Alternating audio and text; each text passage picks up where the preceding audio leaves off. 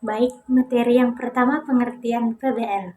Problem Based Learning atau PBL adalah model pembelajaran yang inovatif berpusat pada siswa di mana proses belajar dimulai dengan menghadapkan siswa pada masalah autentik atau masalah nyata.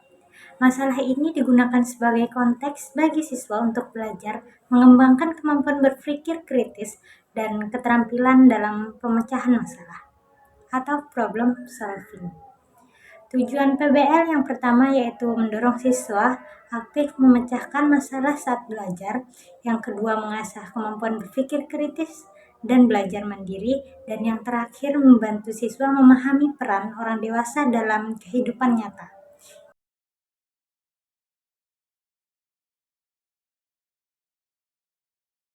Materi yang kedua yaitu pengertian PJBL. Project Based Learning atau PJBL adalah model pembelajaran yang menempatkan proyek nyata sebagai pusat inti dari proses belajar. Ini berarti siswa memperoleh semua kompetensi dengan cara merencanakan dan menyelesaikan proyek yang realistis secara mandiri atau berkelompok, yang kemudian menghasilkan produk akhir. Tujuan utama PJBL adalah untuk meningkatkan motivasi belajar, kemampuan kolaborasi, dan keterampilan pemecahan masalah siswa melalui pengalaman belajar yang autentik.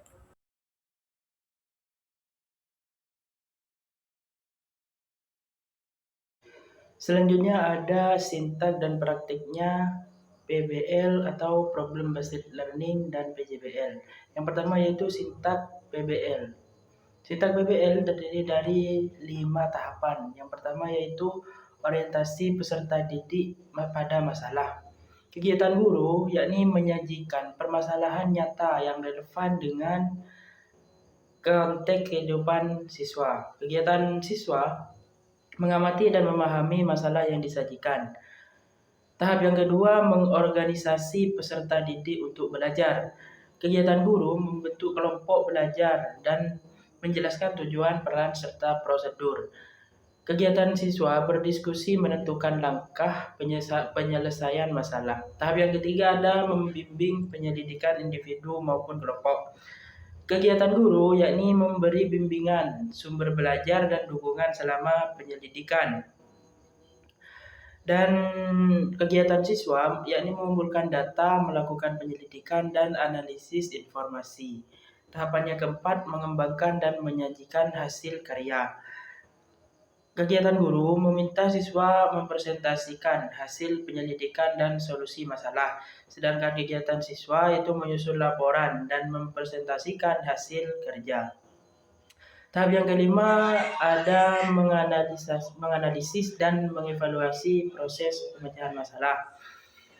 Kegiatan guru yakni memfasilitasi refleksi terhadap proses dan hasil belajar. Kegiatan siswa melakukan refleksi terhadap solusi dan pengalaman belajar. Praktek atau contohnya, mengambil tema pencemaran lingkungan. Masalah, mengapa sungai di sekitar sekolah sering kotor? Langkah-langkahnya. Yang pertama, guru menampilkan foto sungai yang tercemar. Yang kedua, siswa mengidentifikasi penyebab dan dampak pencemaran. Yang ketiga, siswa mencari data diri lingkungan sekitar dan sumber daring. Yang keempat, kelompok menyusun solusi, misalnya program sekolah peduli sungai. Langkah yang terakhir yaitu setiap kelompok mempresentasikan solusi mereka. Selanjutnya, sintak Project Based Learning atau PJBL. Tahapannya itu ada 6. Tahapan yang pertama, menentukan pertanyaan mendasar. Kegiatan gurunya memberikan topik yang menantang dan relevan, sedangkan kegiatan siswanya mengidentifikasi ide proyek yang menarik. Tahapan yang kedua, mendesain perencanaan proyek. Kegiatan gurunya membimbing siswa menyusun rancangan dan langkah-langkah proyek. Kegiatan siswa merancang rencana kerja dan pembagian tugas. Tahapan yang ketiga yaitu menyusun judul, melaksanakan proyek. Kegiatan gurunya menentukan waktu, alat, dan sumber yang dibutuhkan. Kegiatan siswanya melaksanakan proyek sesuai menyampaikan jadwal pelaksanaan proyek. Tahap yang keempat, memonitor kemajuan proyek. Tugas guru memberi bimbingan dan memantau kegiatan siswa. Nah, tugasnya siswa melakukan proyek sesuai jadwal. Tahapan yang kelima itu menguji hasil proyek. Tugas guru memberi kesempatan mempresentasikan hasil proyek. Tugas siswa menampilkan hasil karya dan menjelaskan prosesnya. Tahap yang keenam yaitu mengevaluasi pengalaman belajar. Tugasnya guru yaitu memfasilitasi refleksi dan evaluasi proses proyek. Kegiatan siswa melakukan refleksi terhadap pengalaman belajar. Praktek PJBL atau contohnya dengan tema energi alternatif, proyeknya membuat model kincir angin mini dari bahan daur ulang. Langkah-langkahnya, yang pertama, guru memancing ide dengan pertanyaan, bagaimana energi angin bisa digunakan untuk menghasilkan listrik? Langkah yang kedua, siswa menyusun rencana desain alat. Langkah yang ketiga, mengumpulkan bahan, botol bekas, kardus, stik, es krim. Langkah yang keempat, merakit kincir angin dan mengujinya. Langkah yang kelima, mempresentasikan hasil dan menjelaskan fungsi alat.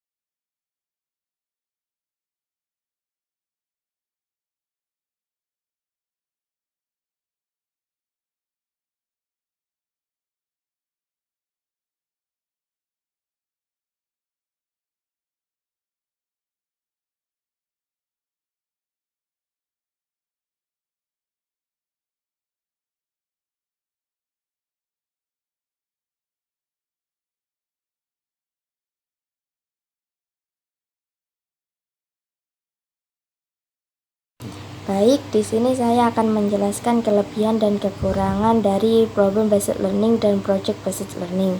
Kelebihan dari problem based learning yang pertama yaitu melatih kemampuan berpikir kritis dan pemecahan masalah. yaitu siswa diajak untuk menganalisis situasi nyata, mencari akar masalah, dan menentukan solusi logis. Yang kedua yaitu meningkatkan kemampuan kolaborasi dan komunikasi, yaitu PBL menuntut siswa bekerja dalam kelompok. Mereka belajar menyampaikan ide, mendengarkan pendapat teman, dan menghargai perbedaan. Yang ketiga yaitu menumbuhkan kemandirian dan tanggung jawab belajar. Dalam PBL ini, guru tidak langsung memberi jawaban. Siswa justru harus aktif mencari informasi dari berbagai sumber. Hal ini tuh untuk melatih mereka untuk belajar mandiri dan tidak bergantung pada guru, dan serta bertanggung jawab terhadap hasil belajarnya. Yang keempat yaitu menghubungkan teori dengan konteks kehidupan nyata. Yaitu masalah yang diberikan biasanya diambil dari kehidupan sehari-hari siswa, misalnya masalah tentang lingkungan atau sosial. Ini untuk membantu siswa memahami bahwa pelajaran di sekolah itu bisa diterapkan langsung dalam kehidupan sehari-harinya. Yang kelima yaitu meningkatkan motivasi dan rasa ingin tahu peserta didik. Karena pembelajaran dimulai dari masalah yang menantang dan menarik, siswa jadi penasaran untuk mencari tahu jawabannya. Proses ini yaitu untuk menumbuhkan motivasi mereka belajar karena rasa ingin tahu, bukan karena disuruh. Dan kekurangannya yaitu yang pertama membutuhkan waktu pembelajaran yang lebih panjang, karena harus melalui tahapan identifikasi masalah, pengumpulan data, serta diskusi dan presentasi hasil. Maka PBL ini juga memerlukan waktu yang lebih lama dibanding pembelajaran yang konvensional. Yang kedua yaitu tidak semua materi cocok diterapkan dengan model ini. PBL cocok untuk materi yang menuntut analisis dan pemecahan masalah. Tapi untuk pelajaran yang bersifat hafalan atau teori sederhana, metode ini bisa terasa terlalu berat untuk anak-anak atau tidak efisien.